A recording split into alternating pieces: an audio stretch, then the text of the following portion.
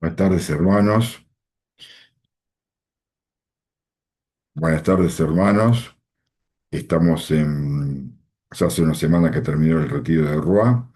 Y bueno, quiero comentarles de Jorge Tarifa, ¿no? Y quiero comentarles lo que me pasó a mí con el taller, que yo estuve dando el taller de abuso espiritual. El tema, el tema de abuso espiritual a mí me gustó darlo, porque bueno, si bien el Espíritu Santo no es, siempre es un espíritu de fomento, de alegría, de paz, y esto, abuso espiritual, es algo doloroso, me pareció muy importante porque veía que dado la centralidad de los grupos y dado los conflictos que se ven en todos los grupos, nosotros decimos que estamos en contacto con los grupos, decimos, están todos los grupos explotados, o peleados con el sacerdote, o peleados entre ellos, entonces, creo que abuso espiritual es hay que reflexionarlo, y tanto el Papa Francisco como León XIV han propuesto que habría que empezar a reflexionar sobre esto, capacitarnos y crear espacios de escucha. Entonces, en ese sentido, el curso fue un curso muy lindo porque pudimos, el conocimiento no fue construido desde, ¿cómo te puedo decir? No fue construido desde, desde una verticalidad que yo iba diciendo todas las definiciones, sino que fue, el Espíritu Santo nos dejó hablar a todos y todos nos reflexionamos, todos nos escuchamos. Y fue una actitud de respeto donde fuimos señalando todas las cosas que nos pasaban. Entonces partimos desde unos cuestionarios que les repartía a cada uno, de ahí donde había unas tipificaciones, a ver si se reconocían en alguno, empezaron al primero, cada uno, al primero o al segundo decían me pasó, empezamos a hablar y tratando de buscar alguna solución, y señalando, ¿no? Señalando cosas, más que nada. Eh, es un fenómeno complejo. El abuso espiritual se conoce como abuso espiritual, así en el término de los evangélicos o, digamos, los protestantes. Nosotros, apareció una distinción entre abuso espiritual, abuso de conciencia, abuso de poder y abuso sexual. Los tres forman, o sea, el abuso espiritual: abuso de conciencia, abuso de poder y abuso sexual. La característica de abuso espiritual es que ocurre dentro de ámbitos religiosos, la iglesia, los grupos de oración o algún otro, por ahí un grupo de yoga puede ser. Y definimos también qué es lo que es un trauma religioso. Eso fue el taller, una definición, por ahí, intuitiva de qué era, cada tema, y definiendo y decir, bueno, qué, qué nos pasaba con esta definición, qué nos pasaba, qué nos había. Contamos experiencias, eso fue. Discutimos experiencias. Entonces, el conocimiento fue una construcción, donde el Espíritu Santo nos empujó, fue bien una construcción bien constructivista, donde todos hicimos un aporte, todos nos escuchamos, y donde tuvo el respeto de no nombrar, casos particulares, o sea, no nombrar, digamos, no deschavar a nadie. Eh, Desde el punto de vista, el disparador con que empezamos el taller fue la lectura de Mateo 23, del 1 al 12, que es un evangelio donde Jesús critica a los fariseos y la manera en que ellos, eh, manipulan a las personas y las hacen conducir por lado, y ellos no actúan así. ¿Sí? Todo Mateo, tiene un capítulo muy interesante con esto. Y el cierre de todo el debate lo dimos con Efesios, donde se habla de cómo debería ser el trato dentro de un grupo. Estas dos palabras, ¿no?, rodearon a nuestra exposición. Destaco este texto, que fue un poco el fundamento de mi marco teórico para trabajar esto, que es el abuso de conciencia hacia una definición que permita su tipificación penal canónica. son dos teólogos chilenos que desarrollan cómo desde el Concilio Vaticano hasta ahora, hasta el Papa Francisco, se fue desarrollando los conceptos, porque era muy difuso, no se sabía si era abuso de poder, si era manipulación, si era abuso de conciencia, si era abuso psicológico. Los términos se confunden en en distintos textos, o para los evangélicos, bueno, acá la idea es que esto se vaya normalizando. Lo cierto es que el abuso es cualquier acción física, emocional, sexual, económica o verbal mediante la cual una persona ejerce poder o control sobre otra, causándole daño, sufrimiento, humillación, limitación de su libertad. Incluye tanto acciones directas, golpear, insultar, controlar, como omisiones, negligencia, abandono. Fíjense que me parece importante destacar eh, que el sexual es claro, el abuso sexual es claro, estamos todos condenables, horribles, pero después hay otros abusos que son los emocionales, el económico el abuso de la palabra, ¿no? La verbal, no solamente lo que se dice, sino la palabra sagrada, ¿no? La escritura, que puede ser utilizada como un martillo, digamos, ¿no? ¿Para qué? Para causar dominio, ¿no? O sea, puedo causar sufrimiento, humillación, limitación de la libertad, ¿sí?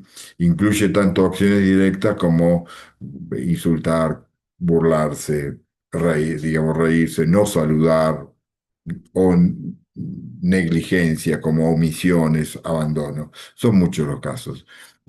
Son, digamos, la tipificación cuando uno empieza a nombrar y charlar en grupo, esto empiezan a nombrar, "Oh, me pasó esto, me pasó lo otro". Por ejemplo, uno de los hermanos contó que una líder le decía, o una persona le decía que le veía los pecados. Entonces, y si bien esto puede ser un carisma, Papa Pío, no, Papa no, creo que San Pío de Pietrelcina tenía esta capacidad en confesión, ¿no? Pero lo tenía el Papa, digamos, no, Papa Dios de San Pío, digamos, ¿no? Entonces, que un líder te diga esto puede ser objeto, es claro que es una manipulación, ¿no? O se la está creyendo mal y de ahí, bueno. El abuso psicológico o abuso de conciencia es un tipo de violencia en el que una persona utiliza estrategias emocionales o psicológicas, ya sea las de los psicopáticos, las de los narcisistas. eh, Acá interviene mucho la psicología, mucho la psicología. O comunicacionales para dañar la autoestima, para mí la autoestima, la percepción de la realidad, qué es verdad, qué es mentira, qué es lo bueno, qué es lo malo, cómo veo mi familia, cómo veo a mi amor, me veo así, veo mi trabajo, cómo un líder puede cambiarte la forma de percibir la realidad. La autonomía, cómo sos, qué haces, cuánta libertad tenés, o la estabilidad emocional de otra persona. No deja marcas físicas, pero sí genera un profundo impacto emocional. Miren esta fotito y ven, por ejemplo, el líder y cómo la persona va a tapar su amor la expresión que Dios nos ha dado a cada uno de nosotros, una expresión del espíritu que es muy individual, particular, nos conoce y nos ha creado únicos, pero esa expresión va a estar vedada, bloqueada. Solamente quien nos vea va a ver la sombra del líder arriba o la imagen del líder, ¿cierto? Esos son del grupo de Juan, esos son del grupo de San Pepe, digamos, lo que sea. Entonces, no hay individualidad, no hay un crecimiento personal, digamos, ¿no? Eh, Fíjese que dice comunicacionales también, porque son todas estrategias comunicativas. Puede ser, si yo a una persona, por ejemplo, le hablo de alguna manera con esta forma visual de las manos, bueno, transmite paz, seguridad, estabilidad, un montón, pero puede ser solamente una postura de manos, ¿no? También puede ser hablar así, o o cuando te escucho cruzar los brazos, y esto qué significa estar bloqueando lo que me estás diciendo. Eh, o sea, son muchas cosas. Está el lenguaje no verbal también funciona muy, muy fuerte. Si yo miro en un grupo y miro el círculo, cómo se posicionan dentro de un espacio, dentro de la distribución, cómo interactúan, vamos a ver distintas formas de cómo están reunidos o diferenciados los grupos. Hay grupos que están en la elitista, bien cerquita del líder, y otros que están más lejos, más lejos. Y esto lo hace, pero generalmente puede ser que el líder no actúe de una manera discriminatoria o produciendo etiquetajes, ¿sí?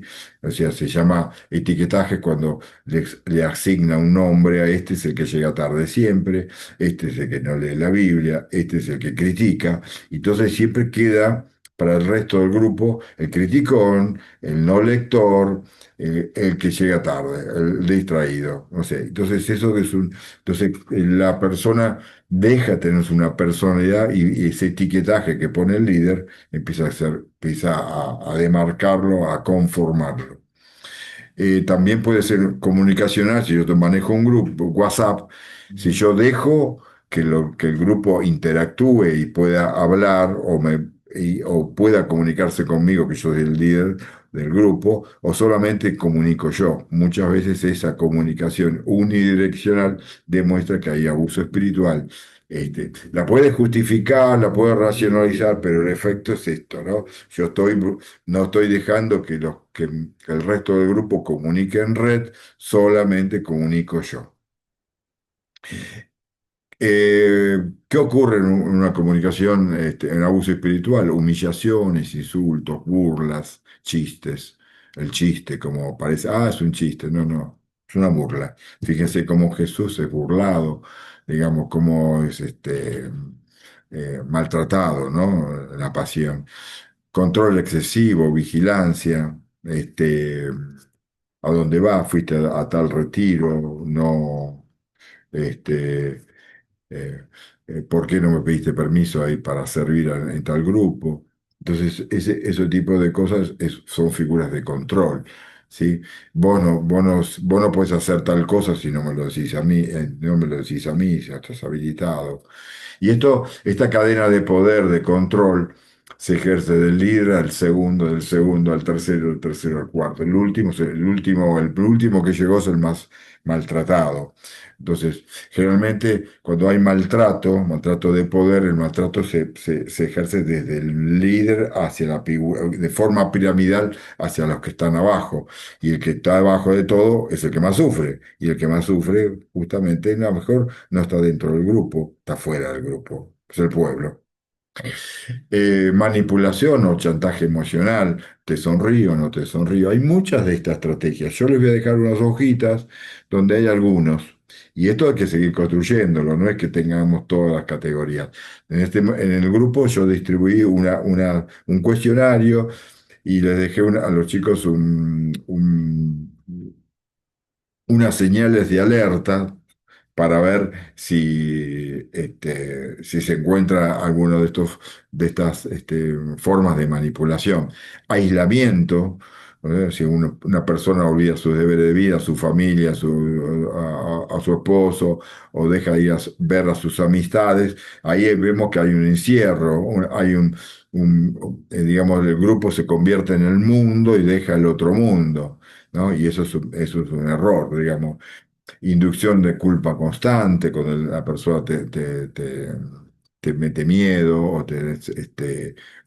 bueno, o vos tenés que pedir perdón, bueno, minimizar o negar los propios sentimientos. Esto es una característica que hace la manipulación, donde vos no podés tener sentimientos negativos o sentimientos que por ahí de cuestionamiento, ¿no? O hacia el otro, y entonces vas a tener un mal espíritu, vos con quien te contaminaste, qué es lo que estás pensando, necesitas confesarte. Bueno, hay todos unos mecanismos que pueden ser culpógenos, digamos. Amenazas, si vos no llegás, te saco de servicio, o bueno, no te doy, le doy, te puede bajar de servidor a categoría subservidor, qué sé yo, se pueden evitar categorías. Es muy común que en los grupos de oración no hayan, nuestros grupos, no haya claro lo que es un reglamento del grupo de oración. He visto reglamentos de España, de, de España, de México, algunos de Estados Unidos, y donde dicen, bueno, cuáles son los roles, cuándo hay que cambiar los roles, por ejemplo, de tesorero, Ministerio de Música, del coordinador, subcoordinador, Ministerio de Enseñanza, de Escucha. Bueno, hay una serie de formas de cómo se accede a esos ministerios, cuánto tiempo se puede estar, cómo, cuáles son sus funciones. Y bueno, lo principales son que los líderes, diría que la rotación del líder, ¿no? Esto es muy importante. Pero a veces no se da, a veces porque el grupo está muy bajo o no se anima, ya está muy subsumido y por ahí hay líderes que están hace 20 años dentro de un grupo. No, no está bien eso. El líder, está bueno que el líder forma líderes, ¿no? Que esto sea algo bien dinámico, bien, bien creativo, bien, los frutos del espíritu eso es amor, es paz, tiene que ver con el fomento, con la creatividad, ¿no? Bueno, eh, el grupo como empezaron a comentar todo esto, su experiencia personal, y digamos, y fuimos debatiendo. Acá tengo ejemplos de las hojas que les pasé, se los voy a poner en unos PDF y, y ejemplos, van a haber ejemplos de humillación, por ejemplo, en esto, ¿no? Dice humillación o desvalorización, en nombre de Dios. Si tenés duda es porque tu fe es débil. ¿Mm? Entonces, si vos no estás creciendo porque no sos obediente al Espíritu, vos no estás creciendo porque no sos obediente al grupo, vos no estás creciendo porque no sos obediente a lo que yo te estoy diciendo. Entonces, ridiculizar públicamente a un miembro por no recordar una lectura o por no participar como se espera. Este tipo es el tema de la humillación. Yo voy a dar acá unas categorías, no las tengo acá eh, básicamente. Digo, las categorías de abuso espiritual pueden ser por miedo, abusos, todas técnicas, hay varias, ¿no? Miedo a la exclusión, que te sacan del grupo, miedo al castigo divino, miedo a la ruina material, hay muchos. Otro puede ser manipulación por culpa y vergüenza. ¿M?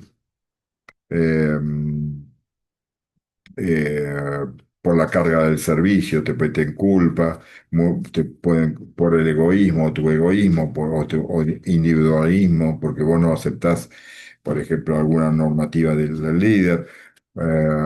Puede ser se utiliza la vergüenza porque se te pueden reír, te puede ver chistes, ¿eh? Eh, eh, bueno, esta es muy dura, ¿no? La vergüenza. La vergüenza puede ser cuando te ordenan de golpe, vení acá, hacer esta actividad. No, yo no la quiero hacer porque tenés un miedo bárbaro y dice, no, vení acá y hacela. Pero, ¿no? Cuando no es dinámica, por ejemplo. Y uno puede estar bloqueado con un bloqueo total emocional. No puedo trabajar, por ejemplo, heridas con papá o con mamá. Y entonces te dicen, hacelo porque, y te lo hacen, te exponen públicamente. Manipulación por autoridad, ¿no? Que se creen como con un grupo que es una delegación divina. ¿Eh? Eh, Cualquier cuestionamiento es pecado, eso que me estás diciendo es pecado, ¿no? Manipulación por amor o aprobación. Generalmente hay un bombardeo de amor al principio y bueno, eh, esto es, digamos, se puede hacer una manipulación como prueba de fe. Esto lo que estás haciendo es fe o no fe, digamos, o confianza. Mm, Entonces, estas categorías que se pueden dar ejemplos cada uno y hay que tipificarlas, hay que trabajarlas y hay que trabajarlas con los ejemplos concretos para ir determinando. En este sentido, mi trabajo. como docente universitario y investigador. Soy investigador de la Facultad de Medicina en Comunicación y Salud. Yo trabajo específicamente en nutrición y embarazo. Nutrición y embarazo. Y bueno, cada comunidad, cada grupo, cada edad, si vos estás en un grupo de una determinada zona, tiene su mentalidad, su forma de proceder. Y es necesario tener, viste, sensibilidad para determinar qué hay. Eh, por eso muchas veces uno tiene que tener muchas categorías de comunicación y categorías teóricas, técnicas para diferenciar y distinguir. En este caso, categorías de comunicación, categorías de desvalorización, ¿no? De psicológica, por ejemplo, ¿no? Bueno, y mm, eh, este es un ejemplo de las láminas entregadas, señales de alerta, y trauma religioso. El trauma religioso es el malestar psicológico que queda luego del abuso y puede ser muy grave, muy doloroso, muy triste, no puedes dormir, viste, te queda si sos, depende de cada personalidad, pero no hay personas que quedan obsesivas totalmente. eh, puede mm, que genera uno cuando entra en grupos, hay mucho afectivo en un grupo, ¿no? Con amistad, se festejan los cumpleaños, hay encuentros personales, escucha activa con respecto a lo que le pasa al otro, esas cosas que incluso dentro del grupo y después también, ¿no es cierto? Porque uno se convierte uno en un pequeño guía espiritual del hermano, ¿no?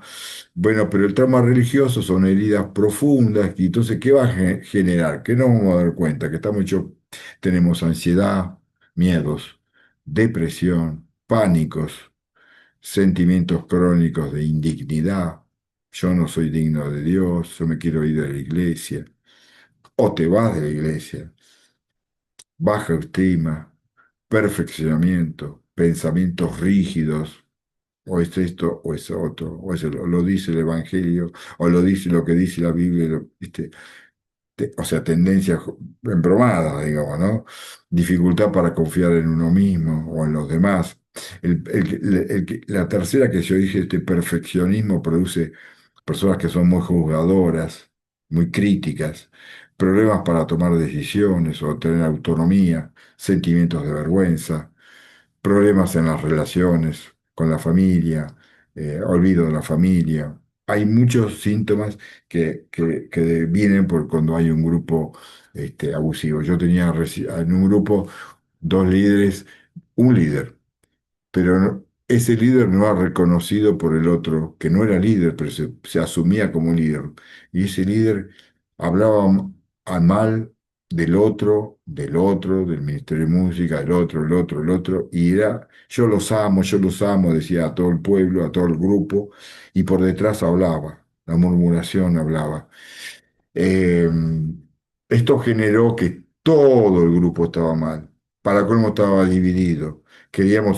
Era un grupo donde había un grupo, 50 personas, pero 6 o 7 podían ser líderes. Y se estaban peleando todos, matando, hablando mal, crítica. Bueno, en 15 días se desarmó todo.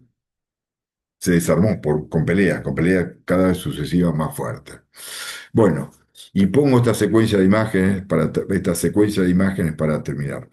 Esta es una chica, Ana. Yo había hecho una historia, porque un storytelling, y para relatar esto, Ana es una chica fervorosa de fe y quiere llegar más a Dios, tener más un acercamiento y una conversión más profunda.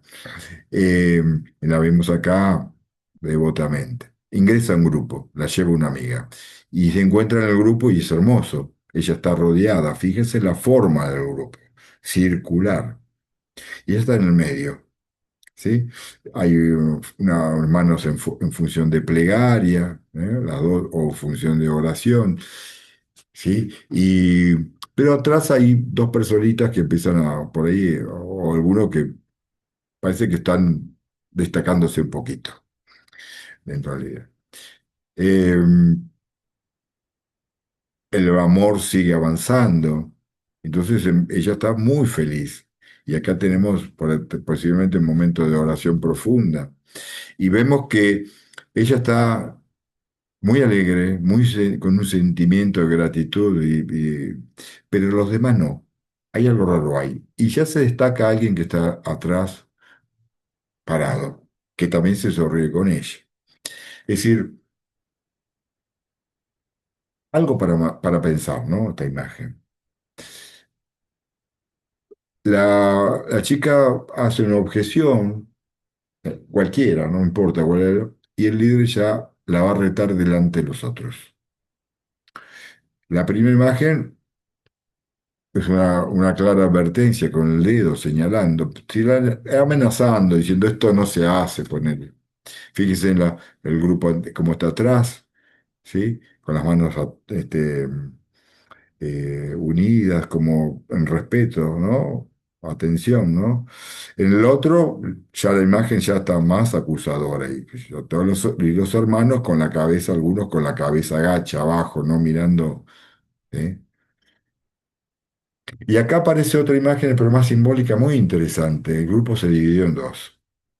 Están algunos que apoyan o se sienten como la chica, que con la cabeza agacha, y otros que apoyan al líder, ¿no? Entonces el grupo está dividido. Esto nos pasó a nosotros en nuestro, ¿no? En nuestro grupo.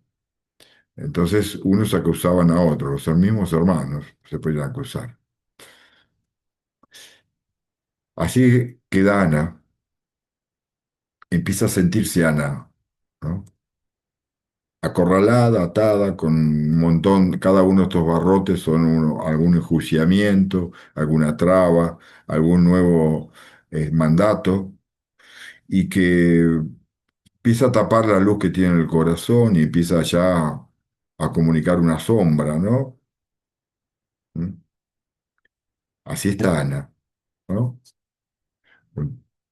Así cuando se le va la voz propia. ¿Mm?